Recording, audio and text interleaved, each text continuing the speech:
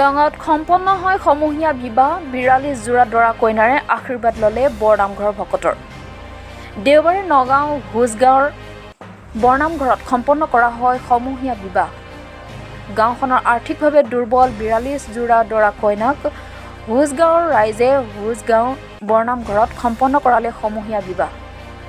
৪২ যোৰা দৰা কইনাই হোজগাঁৱৰ বৰনামঘৰত ভকতৰ আশীৰ্বাদ গ্ৰহণ কৰি আজিৰে পৰা পাতনি মেলিব নতুন জীৱনৰ।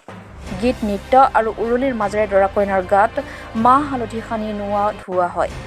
সময় বিবাহক লৈ হোজগাঁৱৰ বৰনামঘৰৰ প্ৰাংগণত সকলো ৰাইজৰ মাজত দেখা গ'ল আনন্দৰ ফূৰ্তি। উল্লেখ্য যে ইয়াৰ পূৰ্বেও হোজগাঁৱৰ ৰাইজে হোজগাঁৱৰ বৰনামঘৰত সমূহীয়া বিবাহ সম্পন্ন কৰিছিল।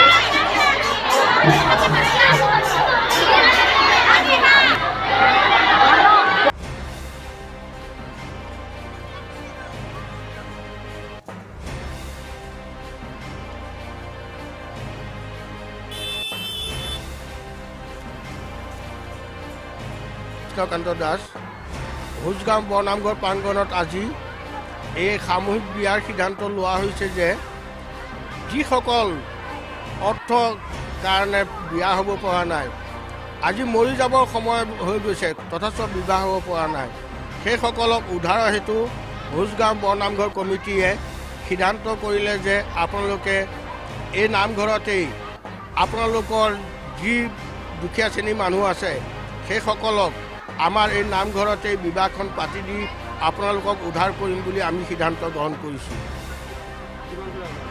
আজি আমাৰ এই বিবাহখনত ৪৫ যোৰাই আছিল।